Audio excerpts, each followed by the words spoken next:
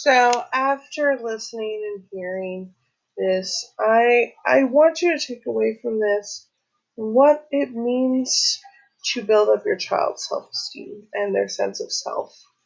Because it's not just the self-esteem, it's the self-worth, it's the self-confidence, and it's the self-awareness.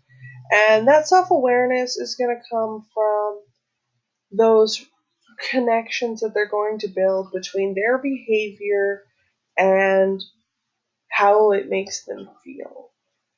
And that's going to come from those successes and failures. When you're successful in the classroom, that behavior is going to be positive. It's going to be feeling good, happiness, joy.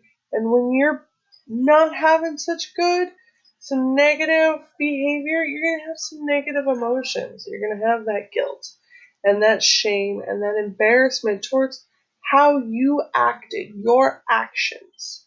And this is eventually going to create this self-worth that you know that you're good enough to go out there and follow those leaps of faith and get to the other side and challenge yourself and know that frustration is okay as long as you overcome it. To not become overwhelmed in self-doubt and looming fear of failure.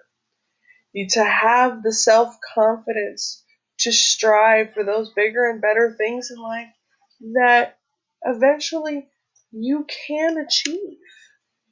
Whether that's getting a good job, being a good role model, being a good person, being whatever it is will encompass who you are at the end of the day.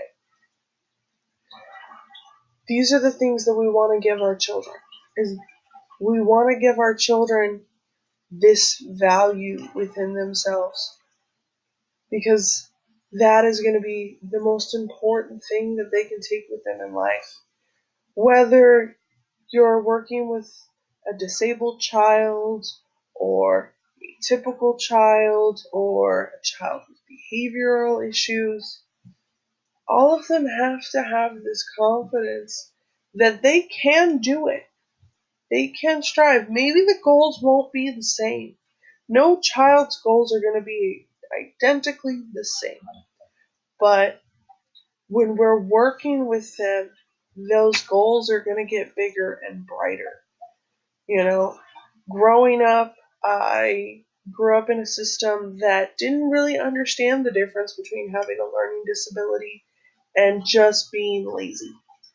I grew up in a community that didn't believe that if you didn't show certain signs that you couldn't be disabled in your own way. And I had my own issues. I am very fortunate to be able to move past those issues into my adult life, but I have issues with grammar and spelling and a lot of ways phonetically that words are put together.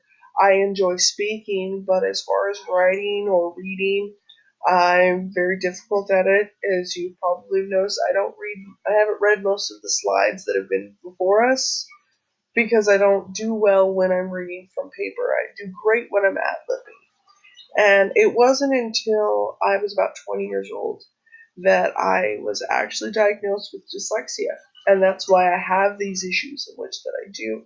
And now I have such low confidence when it comes to my ability to speak publicly through prepared speeches that I generally just don't. I kind of just go with the flow of how I'm feeling and knowing my information off the top of my head, which granted shows the confidence that I have in myself and my knowledge and my ability to speak, but it also shows that I may never be a diplomat, I may never be a politician, because the ability to write a speech and read it and feel confident in it just isn't for me. And the people in my life showed me that it was okay for me to be the way that I am, but I did still feel like I was unable to do it, so I gave up. And now I realize that my giving up may have held me back in some ways, in some goals that I wanted through life because of my dyslexia. And it's okay because I have learned to have the confidence to outshine it, and I'm a grown adult. So it's never too late to start empowering your children to strive. Because even in late adolescence and teenage years, when hormones are all over the place, they're still going to need that. They're still going to need you.